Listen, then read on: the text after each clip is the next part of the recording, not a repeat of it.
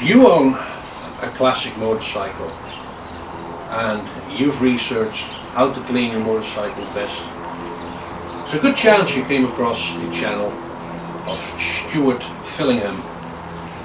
It has like amazing good channel. I love following it. If not for like some products that come out that Stuart tests them, and he only tests them if he likes them. And the term of doing a full Fillingham on your motorbike has become quite widespread.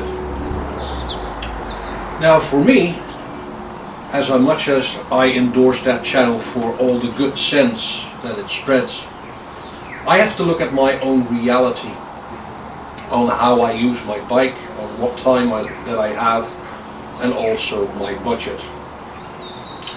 So after watching quite a few episodes of Stuart's methods of cleaning, I kind of devised my own, and kind of what makes sense to me. And it doesn't mean to say that, you know, the full Fillingham is a bad thing to do. To be honest, at least once or twice a year I would do that same approach. But looking at the facts, I ride my bike every day, and I kind of like came to a system of cleaning the bike weekly and keep it in good shape and protect it as well against the elements. Because, yep, 24/7, well, 24/7, that's a bit of an overreach, but 5 days a week is usually the time that Badger spends on the road, and it's going to be rainy and it's going to be mucky. And every Saturday in the morning I get up and I clean Badger. And just keeping that regime up really helps to, you know, clean the bike quickly and thoroughly.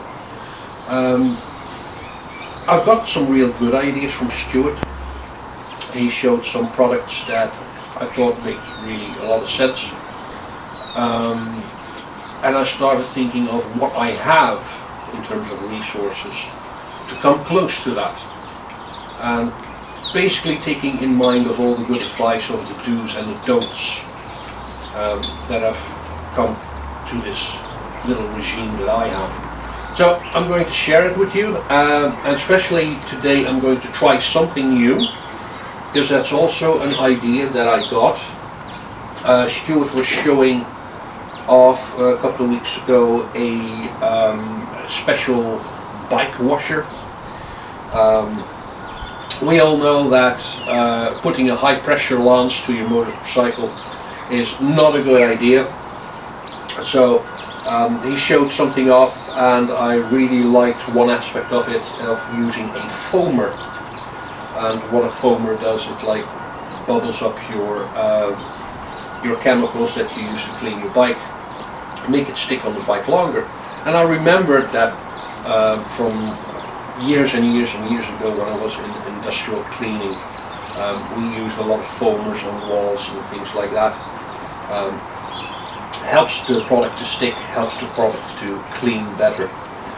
So I do have a high pressure washer. It's a small one, and don't worry, I'm not going to use the high pressure lance on it. I have another lance with it where you can basically regulate the amount of pressure that comes out of it. And in addition to that, I bought myself a foamer, which came with this foamer piece, a bottle, and they even threw in a towel, a mitt, and your leathery spongy thing, and your little polishing pad. So that was like for just 12 euros. So I'm going to see how this is actually working. Going to try and step you through what I do, and I found that the method that I used previously worked really good. So hopefully this is even going to be better, and let's see how we get along. Now, of course, the first step is to wash away any dirt that is already on the bike with just water. trying to get rid of much as the muck on it. Just give the bike a rinse down. I'm going to use my pressure washer here, and I'm using this lance here, and instead of having this powerful output, I just switch the lance to actually have an output more a little bit like this, so it's not going to like really seam into, you know, all the places where it shouldn't. Basically comparable to your regular hose, but we're going to use this in combination with the foamer as well, so it's easy just to set up and use this. So we're just going to rinse off the bike first.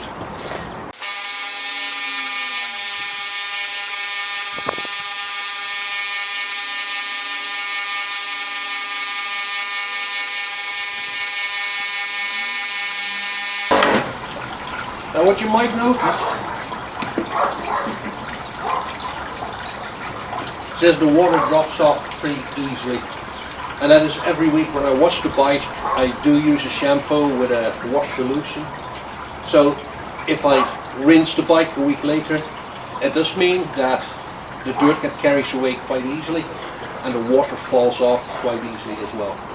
So I guess I'm ready to start with the bottom of the bike, and I'm going to use a product I've been using for a good while, which I'm really happy with the results and how clean it makes the engine. So let's just set up the foamer and get started with that. So I got my foamer set up and I brought it to the lowest setting. So we're just going to start with the bottom of the bike.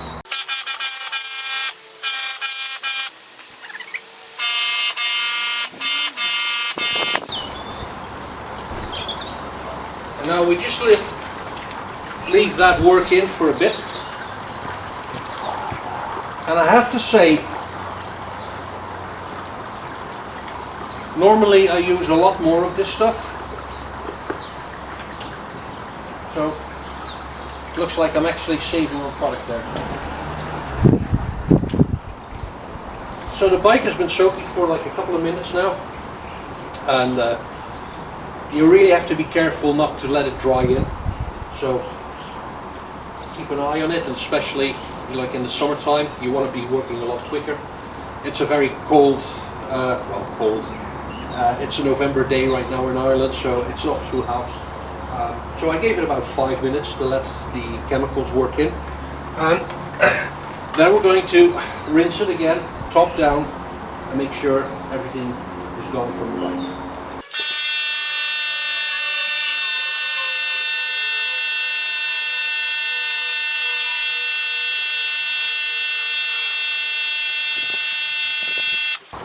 So now with the foam removed, it's time to put the shampoo on and give it another foam.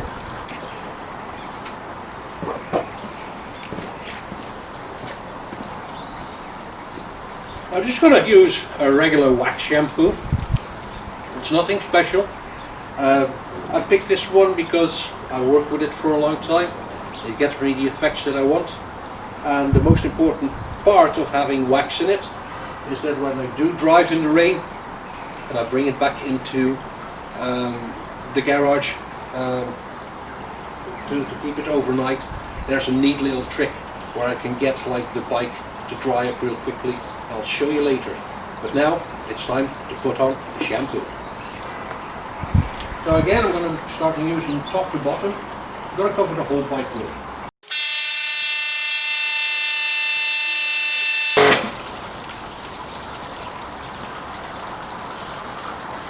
And I would say, by judging of the amount that I've put in the bottle, usually I put in the same amount in a bucket to do it the old-fashioned way. But now I still have about half left. So this method is kind of like saving me on the chemicals as well. Okay, I gave it about 3 to 4 minutes to let the shampoo do its work. Now it's time to rinse it back again.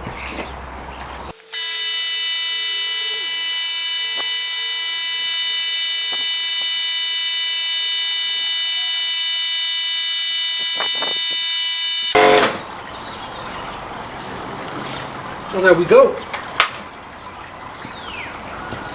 Now what I usually do now is the advantage of applying that wax every week and cleaning it off, waxing it again.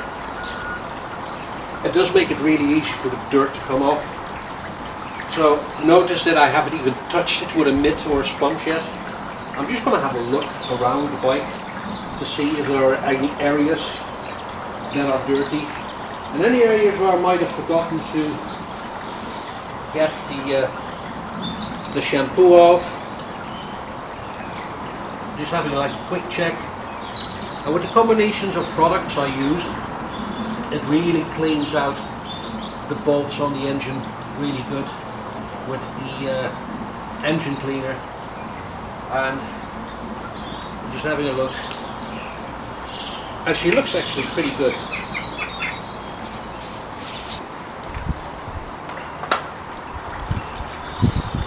And normally now, I would like get it to drip down and bring out my towels and dry the bike. But I've got a more clever way. Stuart Fillingham on its shell also showed a bike dryer. And it's basically blasting heated air. It's like a hair dryer or a pet dryer, you can find them. And I did like the idea.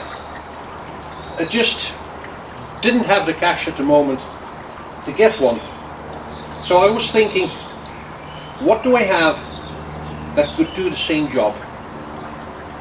And that's a vacuum cleaner.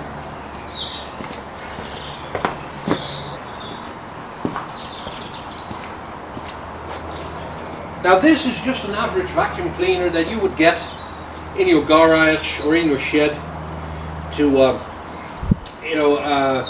suck away dust, debris from your power tools, things like that. It's quite powerful, and it also has an exhaust, and that exhaust is what I'm going to use.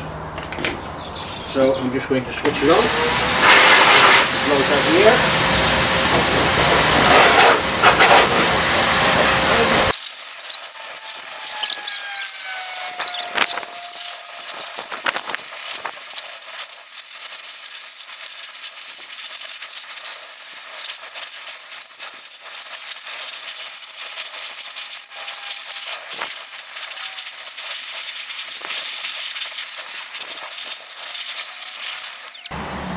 That saves me a good bit of drying towel and saves me time essentially.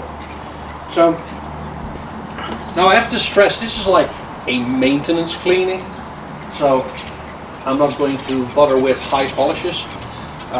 Basically just concentrating on getting the bike clean and getting it protected for another week. So we're just going to let it drip out a little bit. I'm going to get my towel and dry some areas on it, and we'll be ready for the next step.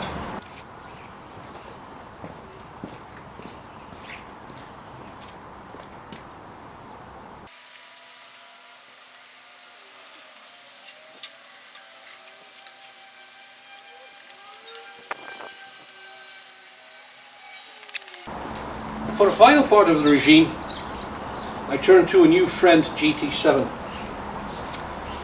Like 20 years ago, when I would be cleaning my bike, I would, at the last step, approach it with 2 cans of WD-40 in my hands and just like cloud the whole bike with it. Gotten a lot wiser since then on when to use the WD-40 and when not. Now for putting a protective layer on the bike, WD-40 is not ideal. It's great for cleaning stuff, and it's great for its proper applications, but to put it on your engine, to give it a little bit more protection, I prefer other products. I know there are a lot of different products out there. This one just like came my way. It's from Tech 7, GT7. It's basically, it does almost all the same things that WD-40 does. It's a contact spray, it's a penetrating oil, it's a moisture repellent, it's corrosion resistant, it's a cleaner, it's a protection, it's a lubricant, and most importantly, it's silicone free. And that's the reason why I'm choosing this over WD-40. Don't know if you ever had WD-40 on your brakes, but yeah, you know. Alright, now I'm just going to give it a liberate spray on the engine.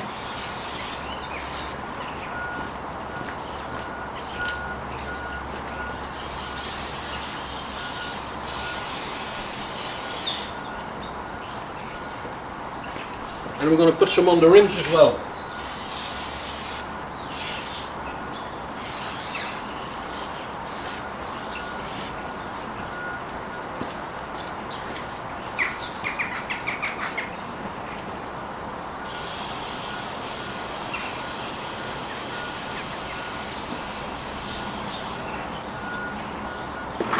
The way that I finish it off is usually with paper towel.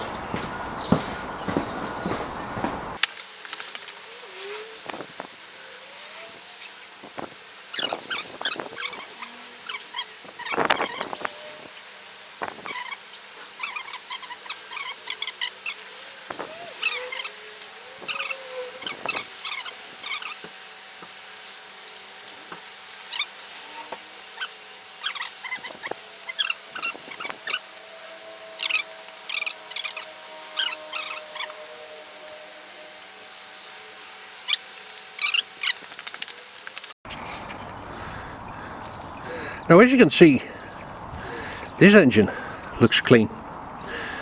Usually all the spots where dirt likes to cake up, like here, or in these nuts here, it's so clean. And I know this isn't like a super duper job of making it like showroom presentable, but this is just a result of weekly maintenance and keeping the bike as clean and protected against the elements as much as possible. So with that, I'm really happy with the effect, and I'll just probably keep doing this. The paintwork doesn't seem to mind.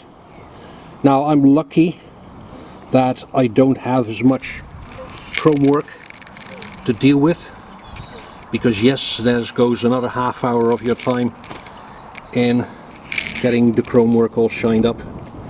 I think it's only the back shocks and my horn that actually has some shiny stuff on it.